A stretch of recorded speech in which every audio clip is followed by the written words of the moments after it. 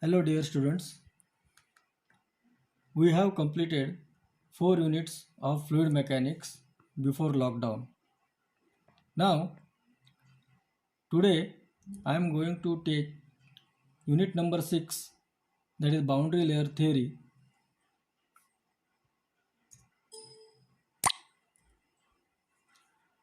I have divided this unit into 3 sections.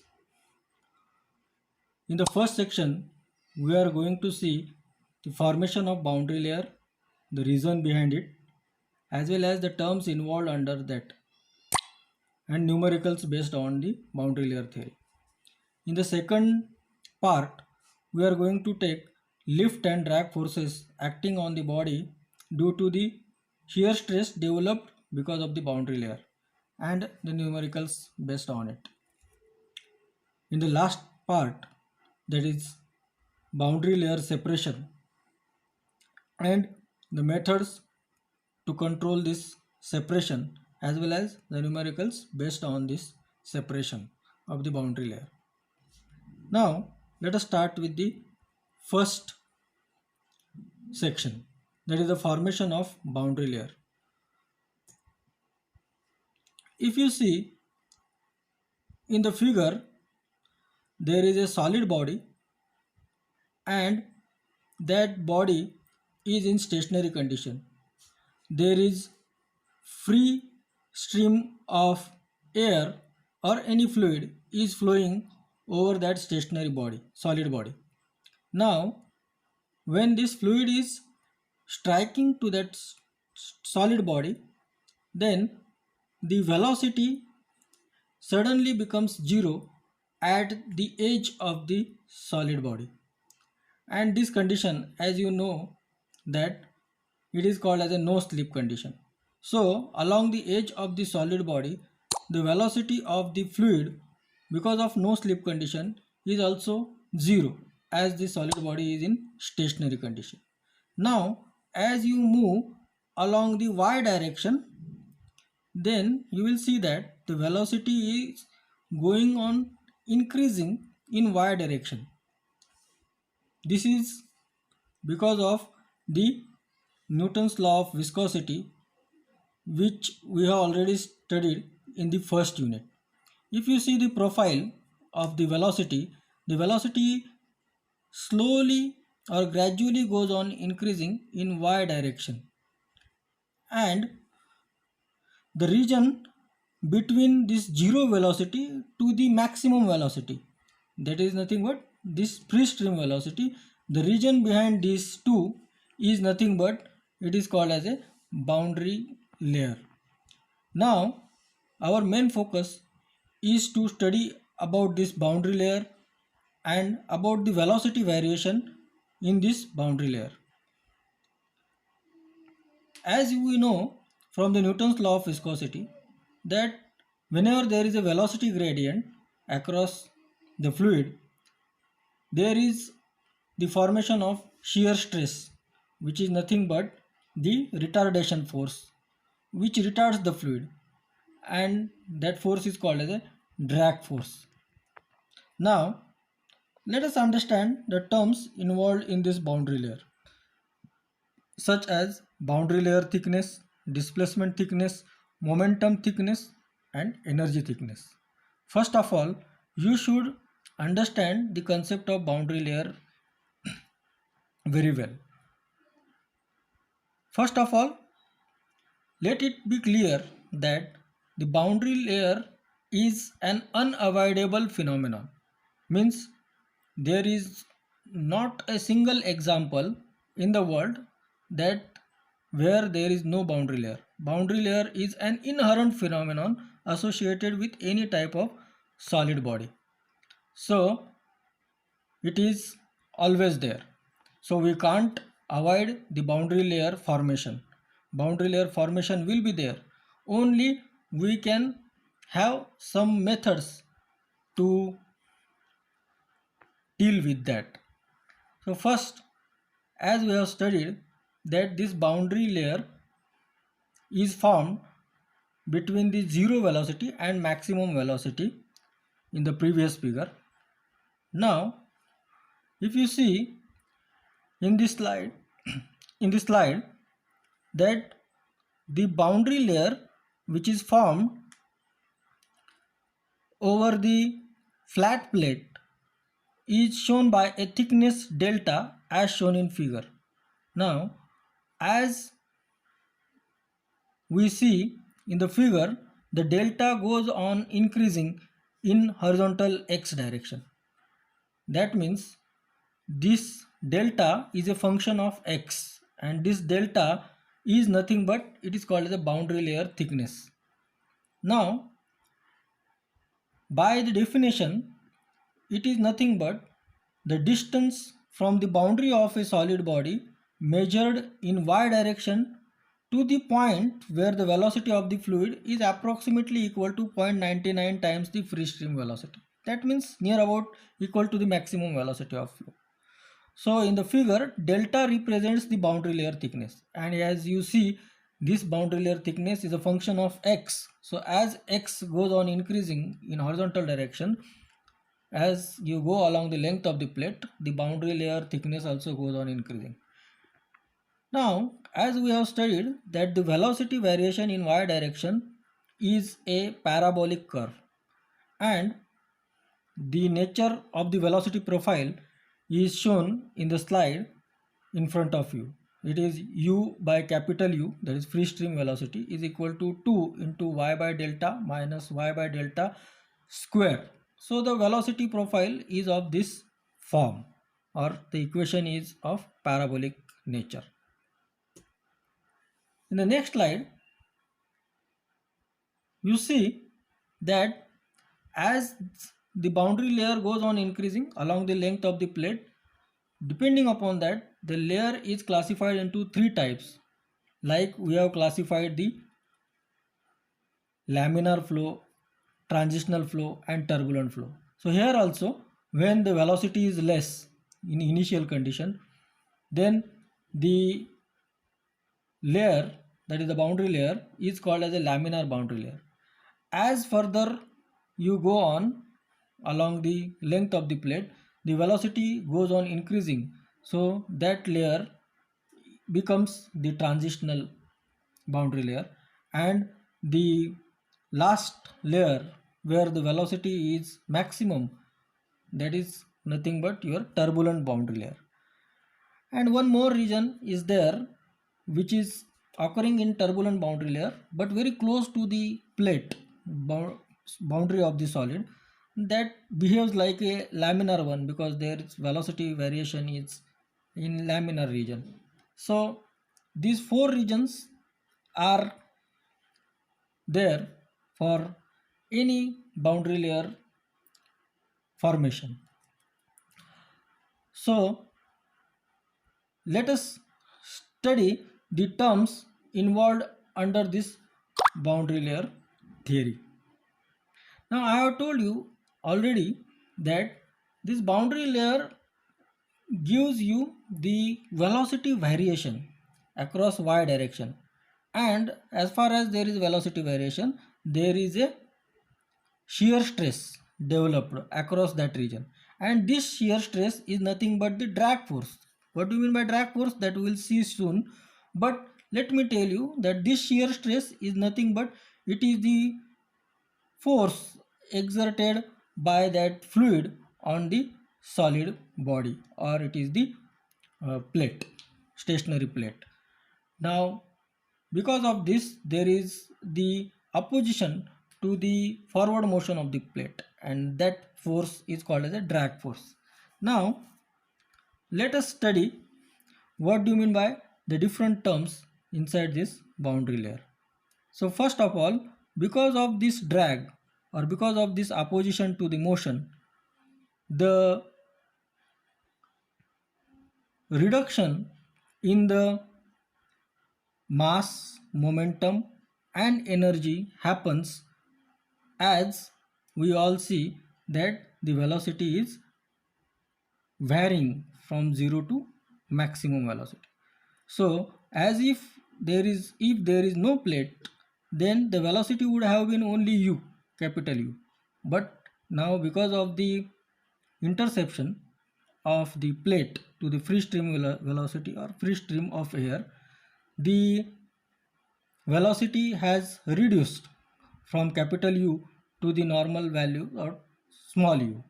So this variation of velocity gives you the reduction in mass or in the mass flow rate, and that difference between the actual mass and the maximum mass which could have been obtained without boundary layer, that difference is known as the displacement thickness. So let us study the different terms involved in this boundary layer. As I have already told you that due to the formation of boundary layer, there is a reduction in mass flow rate, momentum and kinetic energy of the flowing fluid. Depending upon this, the boundary layer thickness can be measured in terms of displacement thickness, that is reduction in mass, momentum thickness, reduction in momentum, and reduction in energy, that is called as a energy thickness. So the concept is very simple. If there is no boundary layer, then the energy, then the mass, momentum and energy which you are going to get, it is maximum. But because of the boundary layer, there is a reduction in mass, momentum and energy, and whatever is the reduction, that is calculated in terms of some thickness, and that thickness are nothing but, in terms of mass it is given as displacement thickness, in terms of momentum it is said as a momentum thickness, and in case of energy it is called as a energy thickness.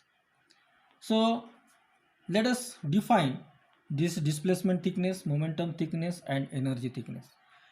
Displacement thickness, it is nothing but the distance measured perpendicular to the boundary of the solid body by which boundary should be displaced to compensate for the reduction in mass flow rate for a flowing fluid due to formation of the boundary layer. Already I have discussed that because of boundary layer the mass flow has reduced, and that reduction in the mass flow rate is given by the displacement thickness, and there is the continuity equation used for finding this displacement thickness.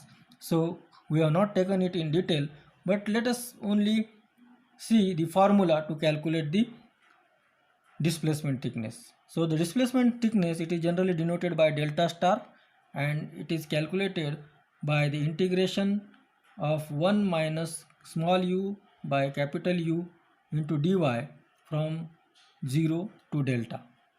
So this formula you have to remember because it is required in the numericals also.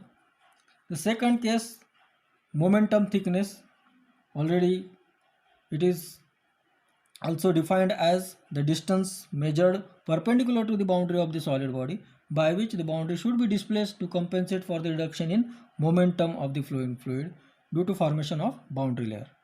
Now again, by balancing the momentum equation, that is the Newton's second law of motion, conservation of momentum,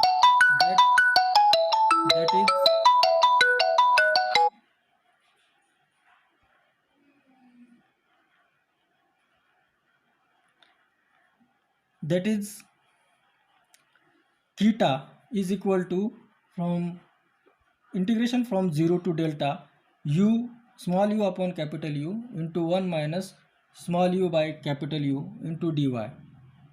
So this formula also we have to remember.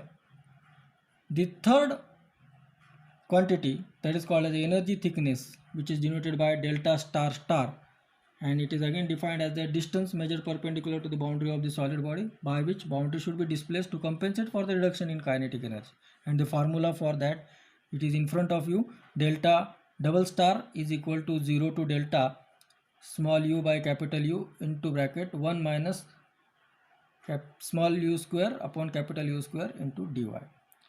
Friends, I request all of you to please remember this formula for displacement thickness, momentum thickness and energy thickness, because in the exam you are having one numerical to calculate all these terms for boundary layer theory. So let us see some numerical based on this three thickness. So if you see Let us take the numerical on this boundary layer. Find the displacement thickness, momentum thickness and energy thickness for the velocity distribution in the boundary layer given by small u by capital U is equal to 2 into y by delta minus y by delta square. It's the same velocity profile we are going to take. Now I have told you that the boundary layer is expressed in terms of velocity inside that boundary layer, and that velocity is expressed as a function of y, that is the distance perpendicular in perpendicular direction, and capital U, it is the free stream velocity, and delta, it is the boundary layer thickness. Now the numericals are very simple for boundary layer theory because there is only formula and you have to just put the values in that formula and get the answer. So first, the displacement thickness, as we have seen the formula for displacement thickness, delta star is equal to 0 to delta 1 minus small u upon capital U dy. So small u upon capital U, the velocity profile is given to you. It is 2 into y by delta minus y by delta square. Just put the value of small u by capital U inside the integral. Integrate over 0 to delta and you will find the answer for displacement thickness. When you solve this integration, you will get and apply the limits, you will get the answer for displacement thickness as delta by 3. So the displacement thickness is 1/3 of the boundary layer thickness. So that is the answer for the displacement thickness. Next, we have to calculate the momentum thickness. Again, you have to remember the formula for momentum thickness. Just the formula for momentum thickness or energy thickness, they are near about same to that of the displacement thickness, which we have seen that it is u by capital U into 1 minus u upon capital U. That is, for momentum thickness, just you have to multiply by small u upon capital U to the term 1 minus small u by capital U of the displacement thickness. When you again integrate this, just put the value of small u upon capital U, that is the velocity profile equation, 2y by delta minus y square by delta square. You will find the answer for the integration. When you solve the integration, you will get the momentum thickness as 2 delta upon 50. You have to carefully solve the integration. And last, that is the energy thickness, delta double star. Again, the formula for it we have already seen. It is 0 to delta small u upon capital U, but inside the bracket now not 1 minus u upon capital U, it is 1 minus u square small u square upon capital U square, and integrate it over 0 to delta. Okay.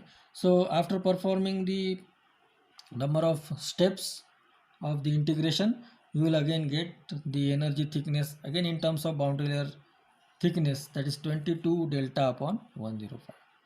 So the main point here is that the three formulae for displacement thickness, momentum thickness and energy thickness, that you have to remember and just put the value of velocity profile equation and integrate it to get the thickness. So this is the numerical on boundary layer theory. So I think we have come to an end of the first part of this unit. I have told you that we have divided it into 3 parts. So first part is boundary layer theory, the reason behind it and the terms involved in it.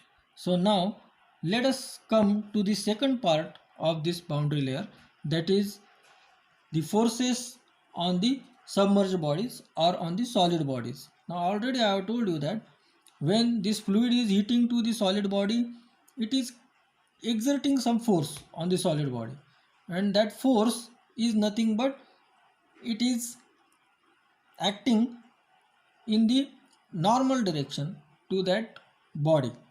Okay. But when you resolve that force along horizontal and vertical direction, then you are getting two components of that forces, and out of that the horizontal component is called as a drag force and the vertical component is called as a lift force. So if you see in the figure, when the fluid is hitting to the solid body, which is kept at some angle with the horizontal, then that fluid is striking the body in normal direction, to the inclined body, you can see. So if you see the normal component, that is Fr, is the normal component of the force, or it is the normal force acting on the inclined solid body, and then you are going to resolve this normal force into two components, one horizontal and one perpendicular. So the horizontal component, as already I have told you, it is a drag force, and the vertical is the lift force. So I think from the diagram the two forces are clear to you. Now the question is how to find this drag force and the lift force. Now there is a very big theory for finding the drag and lift force, that you have to use the momentum equation, that is the Newton's second law of motion, as we have studied in your unit number 3, that is the fluid dynamics. Okay, to calculate the forces, okay, under that we have used the Newton's second law of motion, that is nothing but Euler's equation of motion.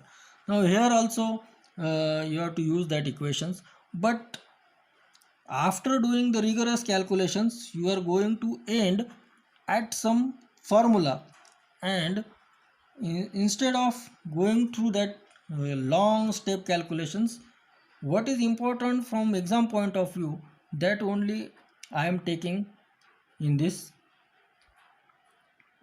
unit only, that is in this topic. So I have directly written the expression for the drag and lift force. Now as you know that force is nothing but stress multiplied by area. If it is normal force, then normal stress multiplied by the area. If it is a normal area, if it is a tangential force, then it is a tangential stress or shear stress multiplied by the shear area. Like that we are going to find the drag and lift force in this case. So first, the drag force is simply it is given by area into the stress, but here the stress is expressed in terms of some quantity that is given by rho u square by 2. So in the expression Fd is equal to Cd into capital A into rho u square by 2 that you see in the slide, in that expression it is calculated as area. Capital A is nothing but the area perpendicular to that particular direction, projected area, multiplied by the shear stress. If it is shear, if it is drag, it is shear stress naturally, that is expressed by rho u square by 2. And Cd is nothing but it is the coefficient of drag.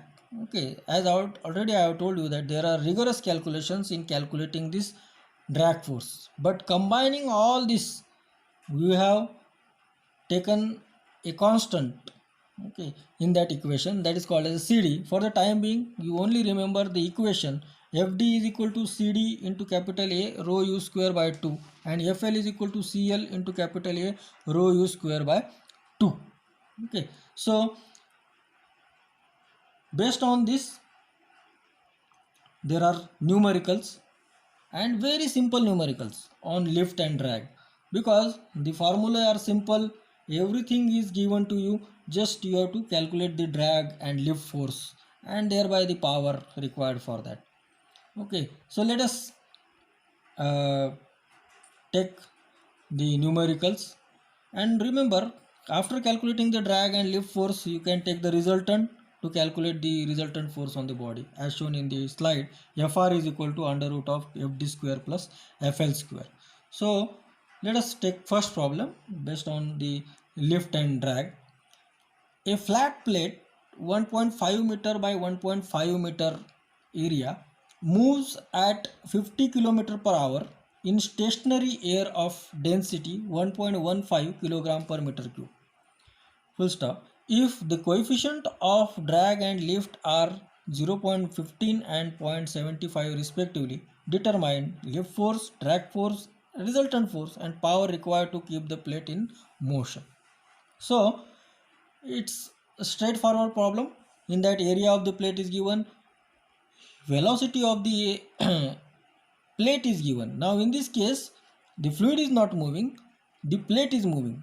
So it is either or. Either the body will move, the fluid will be in stationary condition, or in some numericals the fluid will move and the body will be in stationary condition, vice versa. But there is no much effect, because according to Newton's third law, both are exerting force on each other.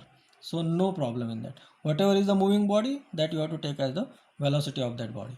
So let us solve this numerical. In this numerical, as we see that the area is 1.5 meter by 1.5 meter, CD is 0.15, and rho is also given 1.15.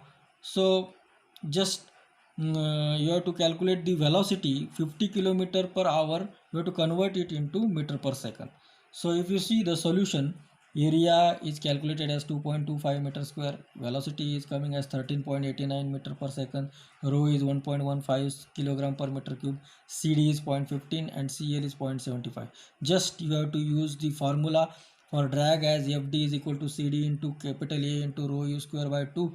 Put all the values that are given already and just calculate the drag force. It is coming as 37.44, and calculate the lift force, which is coming as 187.20 Newton. So if you see the force, the lift force is more than the drag force in this case. So it is a good sign that the lift force is always helping the body for lifting in air, for lifting the body in air. And the drag force, it is the opposition to the motion of the body, like in case of aeroplane. So drag force should be as low as possible, so that you will require less fuel for the aeroplane. The resultant force you can calculate by FD square plus FL square under root of that, it will give